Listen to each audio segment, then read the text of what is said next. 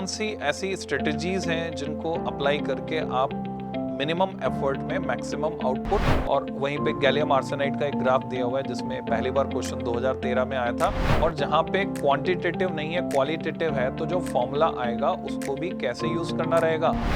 Paper में अगर confidence आपका बना रहेगा तो ऑब्वियसली पेपर आपका अच्छा जाने वाला है। नमस्ते प्यारे बच्चों, मैं हूं आपका फिजिक्स टीचर विवेक तापड़िया, और आज हम लोग डिस्कस करने वाले हैं इस छोटे से वीडियो में टिप्स एंड ट्रिक्स। कौन सी ऐसी स्ट्रेटजीज हैं जिनको अप्लाई करके आप मिनिमम एफर्ट में मैक्सिमम आउटपुट आने वाले 2024-25 के बोर्ड एग्जाम्स में निकाल सकते हैं। So let's start from the syllabus. बच्चों, सबसे पहले आपकी अवेयरनेस इस सिलेबस से होनी चाहिए। सिलेबस में ये आपके काम का नहीं है नंबर ऑफ पीरियड्स, पर मार्क्स आपके काम के हैं। तो कुल मिलाकर दोनों एनसीईआरटी बुक अगर हम जोड़ लें तो 9 यूनिट 14 चैप्टर हैं, ये आपके टिप्स पर होने चाहिए। 9 यूनिट 14 चैप्टर। अब ये कैसे होंगे टिप्स पर, यहाँ आपको समझना है कि तैयारी करने का सीक्वेंस, क्रम क्या रहे और कैसे हम इसको प्रिपेयर करें। सो 2-2 यूनिट का कंबाइंड वेटेज है, जैसा आप यहाँ पे देख रहे हैं। पिछले साल भी एग्जैक्टली यही था, उससे पिछले साल भी यही था, यानी पिछले 2 साल से इसमें कोई चेंज नहीं आया है। आपका सिलेबस एग्जैक्टली सेम है बच्चों। तो इलेक्ट्रोस्टैटिक्स, करंट इलेक्ट्रिसिटी, यानी चैप्टर 1, 2 एंड 3, इनका मिलाकर वेटेज 16 नंबर के सवाल इसमें से आने। मोस्ट प्रोबेबली 8 नंबर इलेक्ट्रोस्टैटिक्स में से, 8 नंबर करंट इलेक्ट्रिसिटी में से, पर ये हार्ड एंड फास्ट नहीं है ना। ऐसा भी हो सकता है एक में से 9 नंबर आ जाए तो दूसरे में से 7 नंबर आएगा। फिर यूनिट नंबर 3 एंड 4, इनका कंबाइंड वेटेज है 17 मार्क्स। अब इसमें कई बार ऐसा होता है बच्चों, चैप्टर 5 में से कम पूछा जाता है ना, पर थ्योरेटिकल क्वेश्चन बनता है पैरा डाया फेरोमैग्नेटिक सब्सटेंस। अच्छा, जैसे मैं आपको सिलेबस की डिटेल में ले जाऊंगा आपको समझ में आएगा कि कहाँ से कंसेप्चुअल, कहाँ से न्यूमेरिकल, कहाँ से डेरिवेशन, ये किस तरह से क्वेश्चंस आने वाले हैं। तीसरा पार्ट जो है उसमें यूनिट नंबर 5 एंड 6 है। जहां तक बच्चे जानना चाहते हैं कि सर मोस्ट इंपॉर्टेंट चैप्टर्स कौन से हैं, तो बोर्ड पॉइंट ऑफ व्यू से ऐसा कुछ नहीं होता है। हमें कोई सेलेक्टिव स्टडी नहीं करनी होती है, हमें पूरा ही पढ़ना होता है। तो पूरा पढ़ना है उस सेंस में भी अगर आप ज़्यादा फोकस कहाँ करना चाहते हो, तो मैं कहूँगा बच्चों ये जो आप कंटेंट देख रहे हो, EM wave, ray optics, wave optics, इसमें कंटेंट सबसे कम है और वेटेज इसका सबसे ज़्यादा है। यानी कम मेहनत करके ज़्यादा आउटपुट, यानी 18 नंबर आप इंश्योर कर सकते हो इन 3 चैप्टर से, चैप्टर नंबर 8, 9 एंड 10, जो बिल्कुल मिड में आ रहे हैं आपके। यानी एनसीईआरटी बुक 1 में इलेक्ट्रोमैग्नेटिक वेव्स है और बुक 2 में ये दोनों है। एंड लास्ट पार्ट है बच्चों मॉडर्न फिजिक्स, इसको हम कहते हैं। तो मॉडर्न फिजिक्स में भी ये छोटे छोटे चैप्टर्स हैं। तो बड़े चैप्टर आपके इलेक्ट्रोमैकेनिक्स में रह गए हैं सारे, इलेक्ट्रोमैकेनिक्स कह लीजिए उसको, इलेक्ट्रोमैग्नेटिज्म कह लीजिए, तो 12 नंबर और 7 नंबर। लास्ट जो है इलेक्ट्रॉनिक डिवाइसेस, बस थोड़ा सा जो हिंड्रेंस या जो बोले थोड़ा सा जो परेशानी आपको आने वाली है कि बिल्कुल नया कंटेंट है इसके अंदर, पर अगर आपने इससे फैमिलियरिटी बना ली तो बहुत ही कम कंटेंट है और उसमें 7 मार्क्स की श्योरिटी मिल रही है, गारंटी मिल रही है। अब कौन कौन से क्वेश्चंस मोस्ट इंपॉर्टेंट है उनकी बात कर लेते हैं। तो सिलेबस में, डिटेल सिलेबस में आपको जाना चाहिए, तैयारी ऐसे करनी चाहिए कि ये डिटेल सिलेबस आप देख लें। जो बच्चे एलन में जुड़े हुए हैं उनको हमने बोर्ड बुकलेट्स प्रोवाइड किए, उसमें सिलेबस प्रिंटेड है। जो बच्चे नहीं जुड़े हुए हैं वो CBSE वेबसाइट से, जो एकेडमिक वेबसाइट है वहाँ से करिकुलम वाले हिस्से से सिलेबस डाउनलोड कर सकते हैं, तो वहाँ उनको सिलेबस मिल जाएगा। तो आप टिक लगाते चलें कि भाई ये टॉपिक हमारा तैयार है, ये तैयार है। जो तैयार नहीं है, जिसमें आपको फैमिलियरिटी कम है, उसको मार्क कर लें। प्लस थोड़ा सा यहाँ पर अपना फोकस रखें कि ब्रैकेट में कोई चीज़ लिखी हुई है तो क्या है। जैसे यहाँ पे इस आर्टिकल के लिए लिखा हुआ है uniformly charge infinite plane sheet के बाद uniformly charge thin spherical shell के लिए फील्ड इनसाइड एंड आउटसाइड। तो ये 2 केसेस हैं, तो दोनों केस आपको तैयार करने हैं। इस पे ग्राफ भी पूछा जाता है। तो जैसे आप एनसीईआरटी में इन सब टॉपिक्स के थ्रू पेज पलटेंगे तो आप टिक लगा सकते हैं, हाँ हमारा ये तैयार है। हेलो डियर स्टूडेंट्स, अब बोर्ड की टेंशन खत्म। एलन की लेगेसी का बेनिफिट अब आपको बोर्ड्स में भी मिलने वाला है। हम आपके लिए लेकर आए हैं PYQs, sample papers, NCERT solutions and a combo of practical booklets, जिसमें आपको एक साथ मिलेंगे PCB और PCM के प्रैक्टिकल्स। और ये सब अवेलेबल हैं एलन की ई-स्टोर, Amazon और फ्लिपकार्ट पर। और अधिक जानकारी के लिए अभी कनेक्ट करें। ऐसी कुछ डिटेल और जो मैं आपके साथ शेयर करना चाहता हूँ। चैप्टर 2 में जब हम आते हैं, जिसमें कैपेसिटर भी शामिल है, पोटेंशियल एनर्जी है, तो इसमें आपको न्यूमेरिकल मिलने वाला है बच्चों। इसमें इस पार्ट से बात करें तो आपको ये डेफिनेट क्वेश्चन है जो मिलने वाला है, statement of Gauss theorem and its application. Application 3 number में भी आती है और न्यूमेरिकल अटैच करके 5 नंबर का क्वेश्चन भी बनता है बच्चों यहाँ से। और बाकी तो कंसेप्चुअल क्वेश्चन इस पार्ट से बनेंगे आपके, जो सुपरपोजिशन प्रिंसिपल है, इलेक्ट्रिक फील्ड लाइन वाले, डायग्राम वाले क्वेश्चन बनते हैं। इधर अगर हम आ जाएंगे तो equi potential surfaces is the most important article.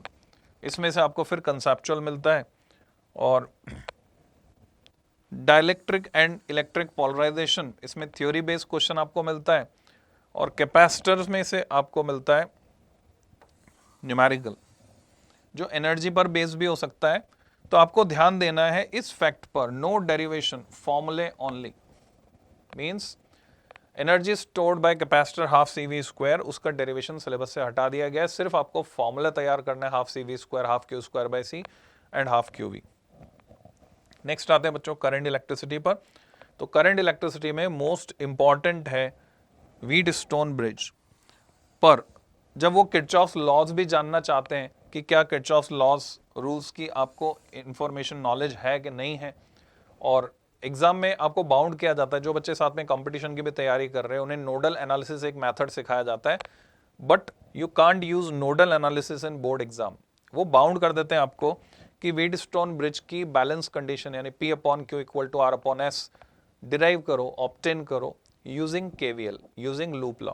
तो आपको किरचॉफ लॉ यूज करके इसे ऑब्टेन करना है। फिर ये VI कैरेक्टरिस्टिक्स, इस पे क्वेश्चन आते हैं बच्चों, graph, Ohm's law, ohmic and non ohmic. तो मोस्ट इंपॉर्टेंट पार्ट ये है। टेम्परेचर डिपेंडेंस वाले ग्राफ भी इंपॉर्टेंट होते हैं, उनको आप तैयार करके जाइए। फॉर एग्जांपल अगर आप कॉपर की रेजिस्टिविटी का टेम्परेचर के साथ वेरिएशन देखोगे वहां पर, तो उस वेरिएशन में ग्राफ स्टार्ट जो हो रहा है यहाँ पर थोड़ा सा मतलब सेंसिटिवली काम करने की जरूरत है। एक्स एक्सिस पर जो क्वांटिटी है, वाई एक्सिस पर जो क्वांटिटी है, उसकी यूनिट क्या है। तो जब आप देखेंगे कि टेम्परेचर, उसकी यूनिट वहां पर केल्विन ली हुई है, तो ये 0 केल्विन हो गया। तो 0 केल्विन तक भी हम देख रहे हैं कॉपर की रेजिस्टिविटी 0 नहीं हो रही है। What does it mean? Copper से आप सुपर कंडक्टर नहीं बना सकते। तो इस तरह के इंटरप्रिटेशन। और वहीं पे गैलियम आर्सेनाइड का एक ग्राफ दिया हुआ है, जिसमें पहली बार क्वेश्चन 2013 में आया था कि कौन से रीजन में रेजिस्टेंस नेगेटिव है, तो वो आपको तैयार करके जाना है बच्चों, ओमिक नॉन ओमिक के पार्ट में। नेक्स्ट अगले चैप्टर पे चलते हैं। और स्टेट एक्सपेरिमेंट थ्योरेटिकल क्वेश्चन बनता है। बायट-सावर्ट लॉ का सीधे एक्सप्रेशन आपसे पूछ लेते हैं वेक्टर फॉर्म में, तो वो आपको तैयार करके जाना है। स्टेट बोर्ड वाले भी पूछते हैं, CBSE वाले भी पूछते हैं। और ये जो सिलेबस में डिस्कस कर रहा हूँ और जो मैं डिस्कस कर रहा हूँ, ये CBSE के अलावा ऑल दी स्टेट बोर्ड्स उनके लिए भी वैलिड है, एक्सेप्ट महाराष्ट्र बोर्ड, क्योंकि उसमें सिलेबस एडिशनल आ जाता है। तो बाकी स्टेट बोर्ड वाले बच्चे भी इन क्वेश्चंस को ध्यान से करें। एम्पियर्स लॉ की वही इंपॉर्टेंस है मैग्नेटिज्म में जो गॉस लॉ की इलेक्ट्रोस्टैटिक्स में है। तो एम्पियर्स लॉ की एप्लीकेशन में आप यहाँ देखोगे ओनली क्वालिटेटिव ट्रीटमेंट, ये जो शब्द लिखा है इसको आपको समझना है कि सोलेनॉइड के लिए जब हम डेरिवेशन करते थे μ0 Ni एंड μ0 Ni/2, अब आपको डिराइव नहीं करना है, सिर्फ क्वालिटेटिव ट्रीटमेंट, डेरिवेशन आपके सिलेबस से हटा दिया गया है। और आप देखेंगे सिलेबस में टॉरॉइड का नाम भी नहीं है, पर टॉरॉइड को हम इनडायरेक्टली कवर कर सकते हैं क्योंकि उसी सोलेनॉइड को घुमाकर टॉरॉइड बन रही है। ऐसे ही force on a current carrying conductor in uniform magnetic field, force between two parallel, इस आर्टिकल पे फिर से 3 नंबर 5 नंबर दोनों तरह का क्वेश्चन बनता है। 5 नंबर जब बनेगा तो ये कॉम्बो होगा, उसमें न्यूमेरिकल भी होगा, कंसेप्चुअल भी होगा, ग्राफ भी होगा और डेरिवेशन भी होगा। तो यहाँ से डेरिवेशन आपको तैयार करना है। फिर ये बिना साइन थीटा वाला डेरिवेशन, ये आपको अच्छे से आना चाहिए, उसी पर बेस्ड है MCG यानी मूविंग कॉइल गैल्वेनोमीटर। तो इस चैप्टर से मूविंग कॉइल गैल्वेनोमीटर फिर से बड़ा क्वेश्चन बनता है बच्चों, मूविंग कॉइल गैल्वेनोमीटर, और फिर उसका कन्वर्जन, ये छोटे छोटे न्यूमेरिकल क्वेश्चन इस पे बनते हैं, G2A G2V कन्वर्जन। तो करंट सेंसिटिविटी डेफिनेशन वाले क्वेश्चन बनते हैं, current sensitivity, voltage sensitivity, figure of merit. So accordingly आपको तैयार करना है। मैग्नेटिज्म एंड मैटर में से जो आप यहाँ फिर देख रहे हैं, नोट कीजिए, qualitative treatment only, qualitative treatment only. इसका मतलब ये हो गया कि डेरिवेशन हट गया बच्चों, वो डेरिवेशन आपको नहीं करना है, आपको सिर्फ क्या करना है, वो फॉर्मूला और उसकी एप्लीकेशन तैयार करनी है। और जहां पे क्वांटिटेटिव नहीं है, क्वालिटेटिव है, तो जो फॉर्मूला आएगा उसको भी कैसे यूज करना रहेगा, उसको ऐसे यूज करना रहेगा कि डायरेक्टली प्रोपोर्शनल है, इनवर्सली प्रोपोर्शनल है, इनवर्सली प्रोपोर्शनल टू स्क्वायर है, बढ़ेगा घटेगा, कोई फिजिकल क्वांटिटी, इस तरह के क्वेश्चन पूछे जाएंगे।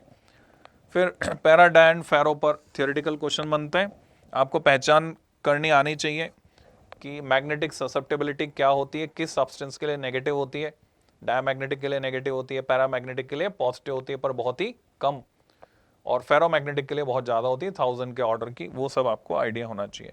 कभी कभी न्यूमेरिकल भी बनता है उस रिलेशन पर, mu R equal to 1 + chi m, तो वो न्यूमेरिकल आप तैयार करके जाएं। EMI एंड AC में आते हैं अगर हम, तो सिलेबस में तो बहुत ही कम कंटेंट है। इसमें जो इंपॉर्टेंट है, Lenz's law is in accordance with law of conservation of energy, ये आपको आना चाहिए। और फिर ध्यान दें, यहाँ पर है सेल्फ एंड म्यूचुअल इंडक्शन, पर जब एग्जाम में वो पूछते हैं तो सेल्फ एंड म्यूचुअल इंडक्शन जो कि फिनोमेना है वो नहीं पूछते, वो पूछते हैं inductance, self inductance, mutual inductance, यानी वो डिराइव करवाते हैं या फिर उस पर न्यूमेरिकल देते हैं। तो आपको अकॉर्डिंगली प्रिपेयर करके जाना है कि वो डेफिनेशन जिसकी पूछे, वो पूछ रहे हैं L के लिए, यानी कोफिशिएंट ऑफ सेल्फ इंडक्शन या सेल्फ इंडक्टेंस, तो वो ध्यान रखना है आपको। नेक्स्ट AC में अगर हम आते हैं तो ये डिफरेंशिएट करना आपको आना चाहिए। RMS वैल्यू को हम वर्चुअल वैल्यू या इफेक्टिव वैल्यू भी बोलते हैं, और यहाँ साफ साफ लिखा है फेजर्स ओनली। तो फेजर्स, LCR सीरीज सर्किट का जो भी एनालिसिस आप करने वाले हो तो फेजर के थ्रू आपको करना है, ये ध्यान रखना है। Resonance in AC, power in AC circuit and resonance. तो मोस्ट इंपॉर्टेंट आर्टिकल जो है इस चैप्टर से वो है resonance, series resonant LCR circuit जरूर करके जाएं। उसके बाद जो करंट का वेरिएशन का ग्राफ है उसको पक्के से तैयार करें। AC जनरेटर सैंपल पेपर में दिया हुआ है, ट्रांसफॉर्मर, ये दोनों डिवाइस है बच्चों, इनमें से एक तो आएगा ही आएगा आपके पेपर में। 5 अलग अलग सेट CBSE में बनते हैं, स्टेट बोर्ड में एक एक सेट बनता है, पर ये क्वेश्चंस जिन पे भी मैंने अंडरलाइन कर दिया बच्चों, ये CBSE स्टेट बोर्ड दोनों पॉइंट ऑफ व्यू से इंपॉर्टेंट है, ये आपको तैयार करके जाना चाहिए। इलेक्ट्रोमैग्नेटिक वेव्स पे अगर हम आते हैं तो basic idea of displacement current, ये डिस्प्लेसमेंट करंट का डेरिवेशन आपसे पूछा जा सकता है, डिस्प्लेसमेंट करंट पे न्यूमेरिकल पूछ सकते हैं, तो ये आपको तैयार करके जाना है। सैंपल पेपर में डिस्प्लेसमेंट करंट का जिक्र है और उस पर न्यूमेरिकल आपको दिया हुआ है। इलेक्ट्रोमैग्नेटिक वेव्स, देयर कैरेक्टरिस्टिक्स आपको पहचानना आना चाहिए। फिर से लिखा हुआ है क्वालिटेटिव आइडिया, तो वो ध्यान रखें। देयर ट्रांसवर्स नेचर, यानी ट्रांसवर्स नेचर का पुराना जो डेरिवेशन हुआ करता था भारी भरकम, वो आपके सिलेबस में नहीं है। Just you should know transverse nature means क्या, और लाइट का ट्रांसफर नेचर प्रूव होने से ये प्रूव हो गया था कि लाइट इज इलेक्ट्रोमैग्नेटिक वेव। फिर आपको इलेक्ट्रोमैग्नेटिक स्पेक्ट्रम में हर एक वेव की वेवलेंथ और frequency, wavelength range, frequency range वो आनी चाहिए। उसको तैयार करने के लिए आप ट्रिक यूज कर सकते हैं, 2-2 पावर का डिफरेंस होता है बच्चों। आप वीडियो लेक्चर्स ढूंढेंगे, मेरे नाम से ढूंढेंगे तो मिल जाएंगे आपको, और वहां से भी आप तैयार कर सकते हैं कि कौन से ट्रिक है जिससे हम इसको याद रखें। फिर नेक्स्ट है ray optics and optical instruments. So ray optics में जैसा मैंने बताया था, सबसे कम कंटेंट तैयार करके वो जो 18 नंबर, तो उसका पार्ट है रे ऑप्टिक्स। तो इसमें डेरिवेशन भी आते हैं बच्चों, कंसेप्चुअल क्वेश्चन भी बनते हैं और न्यूमेरिकल भी बनते हैं। तीनों तरह के क्वेश्चन आपको तैयार करने। न्यूमेरिकल जो पिछले 3 साल से लगातार आ रहा है वो आ रहा है n2/v - n1/u = n2 - n1/r पर बेस्ड न्यूमेरिकल आ रहा है। एक्सपेक्टेड है इस साल भी ऐसा ही कुछ वो पूछेंगे, क्योंकि उन्होंने उसका डेरिवेशन पूछना अभी बंद किया हुआ है। तो यहाँ पर refraction of light through a prism, जो कि प्रैक्टिकल में भी आपके है और थियोरी में भी है, इस पे बड़ा क्वेश्चन भी बन सकता है। 3 नंबर 5 नंबर आपको तैयार करना है। माइक्रोस्कोप और एस्ट्रोनॉमिकल टेलीस्कोप, एक तो आपको डिफरेंशिएट करना आना चाहिए। रिफ्लेक्टिंग एंड रिफ्रैक्टिंग टाइप में ये थ्योरेटिकल क्वेश्चन बनता है। बाकी रे डायग्राम के साथ आपको near point adjustment, normal adjustment दोनों में मैग्नीफाइंग पावर का एक्सप्रेशन डिराइव करना और इनके रे डायग्राम्स बनाना आने चाहिए। वेव ऑप्टिक्स में अगर हम जाते हैं तो डेरिवेशन पार्ट में आता है हाइगन प्रिंसिपल से laws of reflection and refraction obtain करना। फिर यहां देखेंगे तो इंटरफेरेंस में डेरिवेशन हटा दिया गया, no derivation, final expression only. तो beta equal to lambda D by D, उसका डेरिवेशन आपके सिलेबस में नहीं है, पर I resultant equal to 4I0 cos square 5/2 उसका डेरिवेशन आपके सिलेबस में है। फिर ऐसे ही डिफ्रैक्शन में पूरा डेरिवेशन पार्ट हट गया है, पर उसके रिजल्ट्स को यूज करना आपको आना चाहिए, ग्राफ बनाना आना चाहिए, इंटेंसिटी डिस्ट्रीब्यूशन आना चाहिए, how to differentiate between interference and diffraction वो आपको आना चाहिए। तो जहां जहां ये क्वालिटेटिव ट्रीटमेंट आप देख रहे हैं वहां पर आपसे जो सवाल पूछे जाने वाले हैं, जैसे फॉर एग्जांपल मैं यहाँ से आपसे पूछूं कि डिफ्रैक्शन में जो सिंगल स्लिट है उसकी विड्थ को हम ए से दिखाते हैं, अगर इस स्लिट विड्थ को आधा कर दिया जाए तो इंटेंसिटी का क्या होने वाला है, सेंट्रल ब्राइट मैक्सिमम की इंटेंसिटी। तो इन जनरल इंटेंसिटी जो है स्लिट विड्थ के साथ डायरेक्टली प्रोपोर्शनल होती है, हम पढ़ते हैं intensity is directly proportional to slit width. पर सेंट्रल ब्राइट मैक्सिमम की इंटेंसिटी की जब बात कर रहे हैं तो उसका साइज आधा हो जाने की वजह से इंटेंसिटी 4 टाइम्स हो जाएगी, क्योंकि उतनी ही लाइट अब आधी दूरी में फैलेगी। तो ये आपको समझ के चलना है, ये प्रीवियस ईयर्स में भी आपको ये मिल जाएगा question. Dual nature of radiation and matter की अगर बात करें तो photo electric effect, Hertz, Lenard's observation, इसमें जो थियोरेटिकल क्वेश्चन है वो फोटो इलेक्ट्रिक इफेक्ट पे बनते हैं, और लेनार्ड ऑब्जर्वेशन इसमें ग्राफ आते हैं बच्चों। तो ग्राफ बेस्ड क्वेश्चन आपको मिलने वाला है यहाँ से ड्वेल नेचर से। तो ग्राफ आपको चारों मेन ग्राफ तैयार करके जाना है। Experimental study of photo electric effect, इसके जो फाइन डिटेल्स है वो आपको क्लियर होनी चाहिए, और डी ब्रोगली रिलेशन यूज करके आपको न्यूमेरिकल सॉल्व करना आना चाहिए, lambda equal to h/mv, like that. Atoms पे आते हैं तो अल्फा पार्टिकल स्कैटरिंग एक्सपेरिमेंट, जो कि वास्तव में गीगर और मार्सडन ने किया था, रदरफोर्ड ने तो खाली थीम सेट की थी इसकी।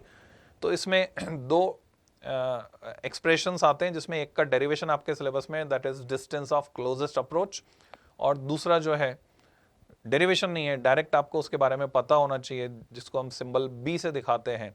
तो मैं आपके लिए छोड़ रहा हूँ कि सिंबल बी से किसको दिखाते हैं। Do you have any idea? Impact parameter. तो इम्पैक्ट पैरामीटर भी आपको तैयार करके जाना है।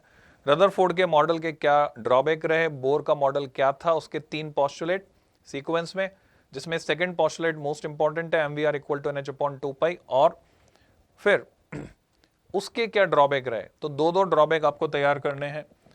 हाइड्रोजन एटम में यहाँ फिर देख रहे हैं आप क्वालिटेटिव ट्रीटमेंट ओनली। तो न्यूमेरिकल वाला हिस्सा आपसे जिस तरह से पूछा जाएगा तो कम ज्यादा वाला पूछा जाएगा। जैसे रेडियस का एक्सप्रेशन है तो आपको पता होना चाहिए रेडियस n पर z पर कैसे डिपेंड करती है हाइड्रोजन एटम में, फ्रीक्वेंसी, वेलोसिटी ये n पर z पर कैसे डिपेंड करते हैं, एनर्जी -13.6 अपॉन n स्क्वायर होता है, z होता है, क्या होता है वो आपको आइडिया होना चाहिए।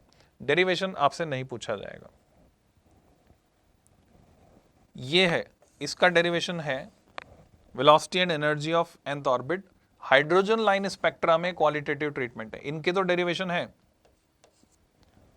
पर लाइन स्पेक्ट्रा जो हम रिडबर्ग फॉर्मूला यूज करके निकालते थे डेरिवेशन, वो रिडबर्ग का डेरिवेशन हटा दिया गया है, और क्वालिटेटिव ट्रीटमेंट इस तरह से आपसे पूछे जाएंगे क्वेश्चन। न्यूक्लियाई में जाते हैं तो साइज ऑफ न्यूक्लियाई में इस पे न्यूमेरिकल बनता है R equal to R0 a⁻⁴ use करके। न्यूक्लियर फोर्स पे थ्योरेटिकल क्वेश्चन बनते हैं, तुम आपसे पूछते हैं कि भाई इसकी 2 कैरेक्टरिस्टिक प्रॉपर्टीज बताओ। तो स्ट्रॉन्गेस्ट फोर्स है और चार्ज और मास दोनों से इंडिपेंडेंट है। Mass energy relation, mass defect, तो मोस्ट इंपॉर्टेंट जो है वो है binding energy per nucleon and it's variation with mass number.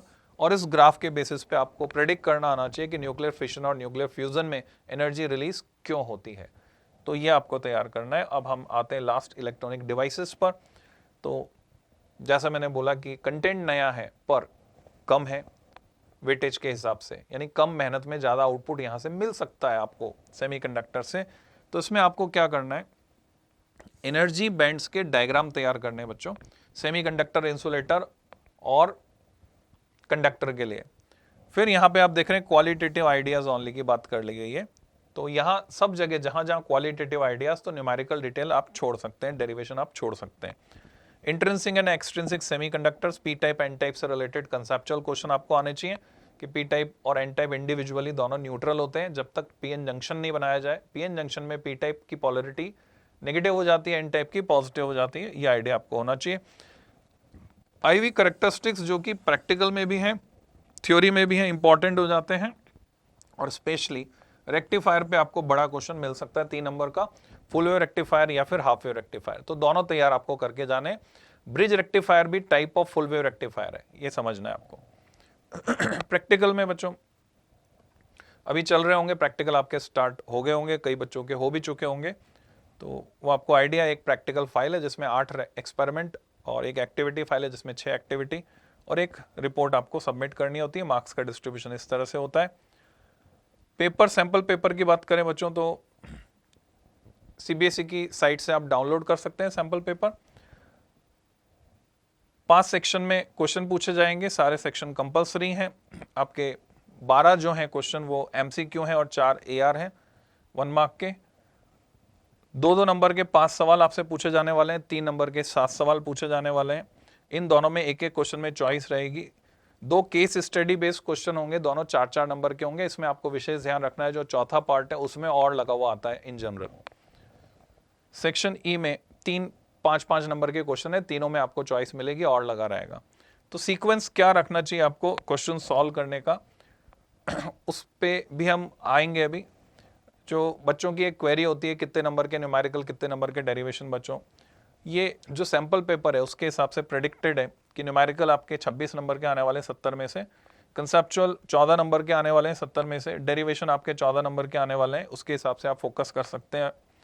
Theory based question 9 number के पूछे जाएंगे और ग्राफ्स एंड डायग्राम पर बेस्ड क्वेश्चन 7 नंबर के पूछे जाएंगे। अगर हम कंपेयर करें प्रीवियस ईयर से 2023 का डेटा अगर हम देखें तो ये जो शिफ्ट है आप देखेंगे, न्यूमेरिकल ऑलमोस्ट सेम ही चल रहा है, लगभग 35%, 37%। कंसेप्चुअल कभी डेरिवेशन से ज़्यादा आ जाता है, कभी मतलब कंसेप्चुअल सेकंड नंबर पे यहाँ पे और डेरिवेशन और कंसेप्चुअल दोनों बराबर ही हैं 2025 के लिए जो प्रेडिक्टेड है। 13% थ्योरी है और ग्राफ्स एंड डायग्राम 10% है। इंडिविजुअल डिस्ट्रीब्यूशन वो आप देख सकते हैं, इंडिविजुअल डिस्ट्रीब्यूशन भी यहाँ पर है, ये एनालिसिस कर दिया आपके लिए। तो किस चैप्टर में से किस तरह के क्वेश्चन और क्या, तो एलएन स्टूडेंट्स को तो प्रोवाइड कर दिया है, बाकी स्टूडेंट्स के लिए आप वो क्वेरी कर सकते हैं बच्चों। और सैंपल ब्लूप्रिंट ये आप खुद भी बना सकते हैं सैंपल पेपर के हिसाब से कि उसमें जो क्वेश्चंस हैं वो कहाँ से कैसे पूछे गए, तो सिमिलर पैटर्न आपको मिलने वाला है। मैंने यहाँ पर जस्ट एक आपको सैंपल दिखा दिया है यहाँ कि बड़े क्वेश्चन 5 नंबर वाले कहाँ से आएंगे, उसमें क्या क्या होगा, graph, conceptual, numerical, definition inbuilt होगी, कौन सी यूनिट से आएगा, तो यूनिट यहाँ पे हमें पता चल रही है कौन सी यूनिट से ये क्वेश्चन आ रहा है। ये केस स्टडी का था, है ना, ये वाला तो केस स्टडी है 5 नंबर का। यहाँ पर आप देख रहे हैं ये 33 क्वेश्चन नंबर जिसमें न्यूमेरिकल लिखा हुआ है, तो वैसा भी आता है। और केस स्टडी में अलग अलग कैटेगरी कंबाइंड हो जाती है। ये जो सिंबल्स मैंने यूज़ किए उसका डिस्क्रिप्शन आप यहाँ पे देख सकते हैं, ये सिंबल्स जो यूज़ किए उनका डिस्क्रिप्शन यहाँ पर है। नेक्स्ट, क्या सीक्वेंस रहना चाहिए, तो सबसे पहले आपको अटेम्प्ट करना चाहिए पेपर में। अगर कॉन्फिडेंस आपका बना रहेगा तो ऑब्वियसली पेपर आपका अच्छा जाने वाला है। तो सबसे पहले आपको सेक्शन ए अटेम्प्ट करना है और सीक्वेंस में नंबर 1, 2 प्रॉपर गैप के साथ, एक एक लाइन का गैप रखें। आपको पूरा पूरा आंसर नहीं लिखना है, एक के बाद जो भी ऑप्शन करेक्ट है वो लिखना है और उस ऑप्शन को भी लिखना है साथ में। फिर आप जाएं सीधे सेक्शन डी पर, जो कि फिर से आपके लिए एमसीक्यू टाइप है। सेक्शन डी के बाद मैं सजेस्ट करूंगा कि जिसमें चॉइस मिल रही है आप सेक्शन ई कंप्लीट करें। 5-5 नंबर के जो सवाल हैं इसमें सबसे ज़्यादा फैमिलियर कंटेंट आपको मिलेगा। तो यहाँ तक कॉन्फिडेंस इतना बूस्ट अप हो जाएगा आपका पेपर करने के दौरान कि अब जो ट्विस्ट हैं वो आपको मिलते हैं 3 नंबर 2 नंबर वाले क्वेश्चन में। मैक्सिमम ट्विस्ट आपको 3 नंबर वाले में मिलते हैं, 2 नंबर वाले में मिलते हैं। तो 3 नंबर वाले में आपको डेरिवेशन मिलते हैं बच्चों। तो ई के बाद आप करेंगे सेक्शन सी, यानी 3 नंबर वाले क्वेश्चन।